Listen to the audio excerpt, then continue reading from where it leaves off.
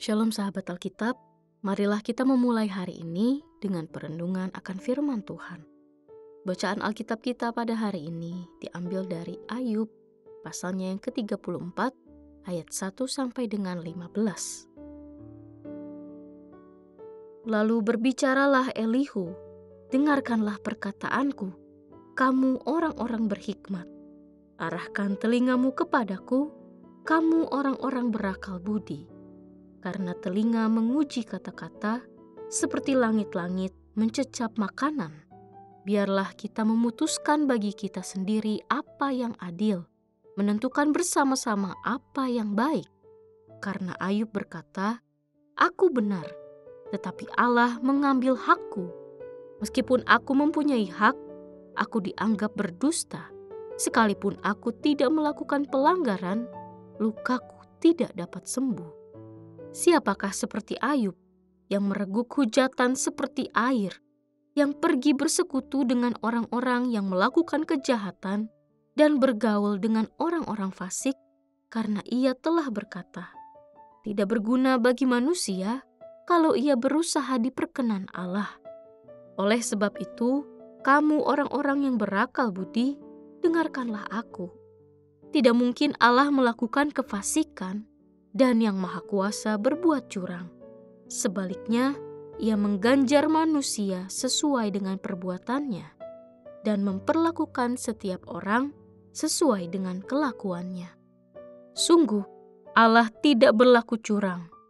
Yang Maha Kuasa tidak membengkokkan keadilan. Siapa mempercayakan bumi kepadanya? Siapa membebankan seluruh dunia kepadanya? Jika ia berniat dalam hatinya, menarik kembali rohnya dan napasnya, maka segala yang hidup binasa bersama-sama, dan manusia kembali kepada debu. Sahabat Alkitab, dalam hidup ini kita sering berdiri di dua sisi yang saling bertolak belakang, sebagai korban yang menuntut keadilan, dan sebagai hakim yang menilai siapa yang bersalah. Namun, apa yang terjadi ketika manusia mencoba mengadili Tuhan? Apa dasar kita mempersoalkan kebijaksanaannya, apalagi ketika hidup terasa tidak adil? Filsuf Yunani kuno, Sokrates, pernah berkata bahwa kebijaksanaan sejati adalah mengetahui bahwa kita tidak tahu. Tetapi, dalam penderitaan, kebijaksanaan ini sering runtuh. Kita merasa cukup tahu untuk menuduh Tuhan salah atau paling tidak lalai. Dalam perikop Ayub pasalnya yang ke-34 ayat 1 sampai dengan 15, Elihu tampil bukan sekedar sebagai penengah, tetapi sebagai suara keras yang mengingatkan manusia akan batasnya dan mengajukan pertanyaan menggelitik. Siapakah manusia hingga ia bisa menilai Sang Pencipta? Elihu membuka pernyataannya dengan mengundang orang-orang berhikmat dan yang mengetahui apa yang adil untuk menilai perkara Ayub secara adil. Ia tidak ingin kesimpulan diambil atas dasar asumsi atau simpati semata, tetapi melalui prinsip keadilan yang dapat dipertanggungjawabkan. Dalam hal ini, Elihu menempatkan dirinya dalam posisi arbiter dan bahkan menantang para pendengarnya untuk menentukan bersama-sama apa yang baik.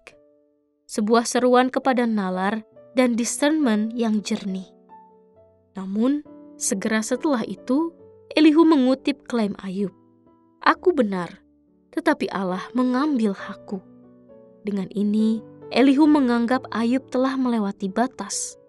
Ia bukan hanya mempertanyakan keadilan Tuhan, tetapi menyeratkan bahwa Tuhan telah bertindak salah, bahkan sewenang-wenang. Bagi Elihu, ini adalah bentuk pembangkangan yang tidak bisa ditoleransi. Ia bahkan menuduh Ayub telah mereguk hujatan seperti air. Suatu gambaran tajam tentang kedalaman protes Ayub yang dirasa sudah mendekati penghujatan. Pusat argumen Elihu terletak pada ayat 12 bahwa sungguh Allah tidak berlaku curang, Yang Maha Kuasa tidak membengkokkan keadilan. Ini bukan hanya doktrin teologis, tetapi juga seruan eksistensial. Jika Allah tidak adil, maka semesta runtuh.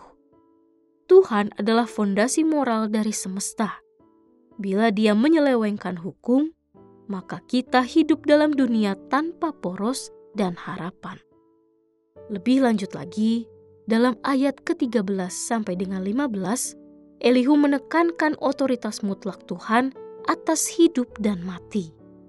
Jika Tuhan memutuskan untuk menarik napasnya dari umat manusia, maka semua akan kembali menjadi debu.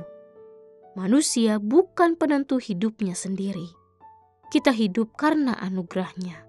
Oleh karena itu, mempertanyakan keadilan Tuhan tanpa kesadaran akan posisi kita hanyalah kesombongan teologis yang membutakan hati.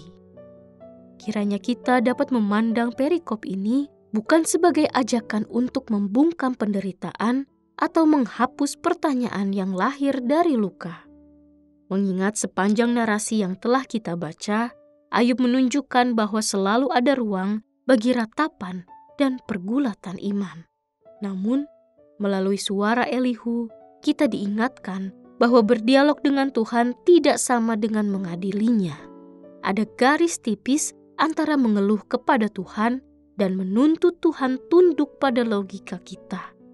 Di tengah dunia yang penuh ketidakadilan dan penderitaan, terkadang kita tergoda untuk menjadi hakim atas keputusan-keputusan Allah. Maka, Elihu mengajak kita kembali menunduk, bukan dengan buta, melainkan dengan kesadaran bahwa hikmat sejati tidak menghapus pertanyaan, melainkan menempatkan kita pada posisi rendah hati di hadapan Dia yang Maha Tahu. Mari kita berdoa. Tuhan yang Maha Tahu, di tengah dunia yang penuh ketidakadilan, ampuni kami saat hati ini tergoda menghakimi keputusan-Mu. Ajarlah kami untuk menunduk bukan karena pasrah, melainkan karena percaya akan hikmat-Mu yang tak terbatas. Berikan kami kerendahan hati untuk tetap percaya meski tidak mengerti, dan tetap berharap meski belum melihat jawabannya. Di dalam nama Tuhan Yesus kami berdoa. Amin.